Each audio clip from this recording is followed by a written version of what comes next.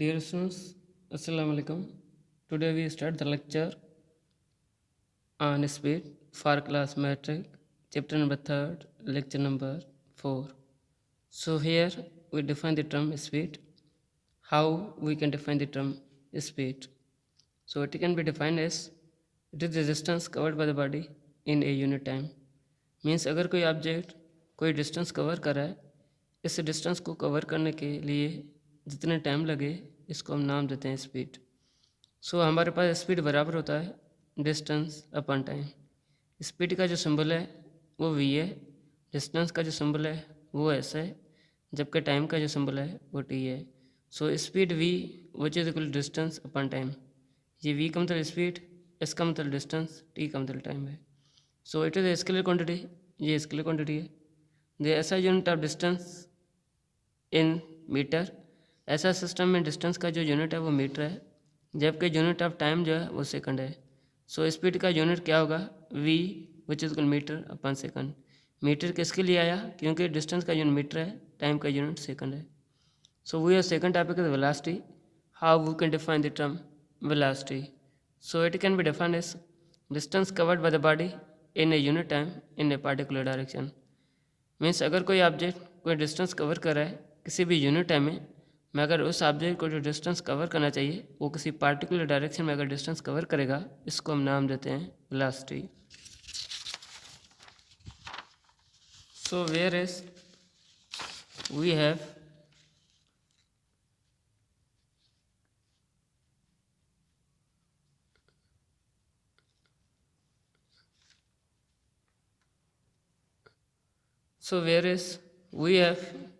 velocity can be defined as displacement upon time.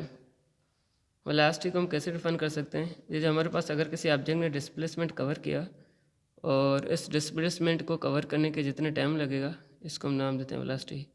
So velocity का जो symbol v है, जबकि ये वेक्टर क्वांटिटी है, इसकी वजह से इसके ऊपर हमने जो है एरो दे दिया. डिस्प्लेसमेंट का सिंबल d है और हम ये भी वेक्टर क्वांटिटी है, इसकी वजह से हमने इसके ऊपर से एरो दे दिया. सो टाइम जो हमारे पास टाइम का सिंबल t है और ये इसके लिए क्वांटिटी है, इसकी वजह से हमने इसके ऊपर से एरो नहीं दिया. सो ये बन जाएगा वेलोसिटी, इसका सिंबल v है और ये वेक्टर क्वांटिटी है, ये बन जाएगा डिस्प्लेसमेंट अपॉन टाइम. डिस्प्लेसमेंट का सिंबल जो है वो d है. इसका यूनिट भी सेम रहेगा, जैसा स्पीड का यूनिट है मीटर पर सेकंड, उसका भी सेम रहेगा. So it is a vector quantity. So we have the problem number 1, find the velocity of body. ये करें आप किसी ऑब्जेक्ट की वेलोसिटी मालूम करें when it cover the displacement 5 meter. ये करें अगर उस ऑब्जेक्ट ने डिस्प्लेसमेंट 5 मीटर कवर किया इन ए टाइम, किसी टाइम में कितने टाइम लगा, 10 सेकंड. अभी हमारे पास हमने यहाँ पे डेटा लिख लिया, वेलोसिटी हमें मालूम करना है, हमने क्वेश्चन मार्क दे दिया.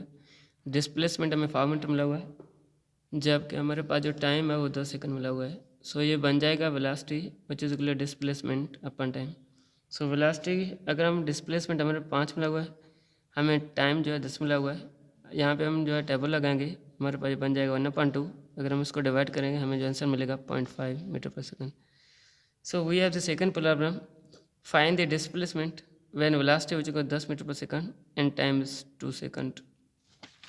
So we have the data for this problem and we can calculate the displacement in this problem, and we have given the velocity which is equal to 10 meter per second and time which is equal to 2 second. So we know the formula for the velocity which is equal to displacement time. So by cross multiplication, displacement which is equal to vt. So displacement same, in the place of v we will put the 10, in the place of t we will put the 2. So it will be formed as 20 meter. So we have the problem number 3, find the time taken. हमें time मालूम करना चाहिए when the object cover velocity is 20 meter per second and displacement 60 meter. हमारे पास problem number 3 है और इस problem 3 में हमें ये करें आप किसी ऑब्जेक्ट का टाइम मालूम करें, जबकि हमारे पास ऑब्जेक्ट ने जो वेलोसिटी कवर किया वो 20 मीटर कवर किया और इसको जो डिस्प्लेसमेंट हुआ वो 60 मीटर हुआ. हमारे पास यहाँ पे डेटा बना हुआ है, वेलोसिटी टाइम में मालूम करना है, हमें क्वेश्चन मार्क दे दिया. वेलोसिटी 20 मीटर सेकंड है, डिस्प्लेसमेंट 60 मीटर है. So as we know that velocity which is equal to D upon T means displacement upon time, ये हमारे पास इक्वेशन है. हमने इसको बाय क्रॉस मल्टीप्लाई कर लिया, D which is equal to V T बन जाएगा। हमने यहाँ से टी को मालूम करना है, अगर हम यहाँ से टी को मालूम करेंगे ये वी जाके डी को डिवाइड करेगा, ये बन जाएगा T which is equal D upon V. हमारे पास टी सेम रहे, जिसकी जगह डी है इसकी जगह 60 आ जाएगा, जिसकी जगह वी है वहाँ पे 20 आ जाएगा। सो 2 कैंसिल हो जाएंगे, 2 का टेबल 6 पे 3 टाइम जाएगा।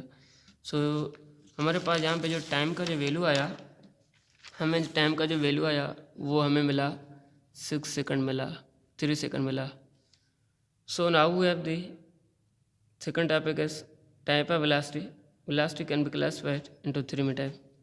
First one is uniform velocity, second one is variable velocity, third one is average velocity. Means velocity can be classified into 3 main types: uniform velocity, variable velocity and average velocity. So first we will define the average velocity. When the object cover equal displacement in equal time. अगर कोई object same displacement same time में cover करेगा, अगर कोई object same displacement means equal displacement equal time में cover करेगा, फिर हम ये कहेंगे ये जो ऑब्जेक्ट किसी वेलोसिटी से मूव कर रहा है वो यूनिफॉर्म वेलोसिटी से मूव कर रहा है।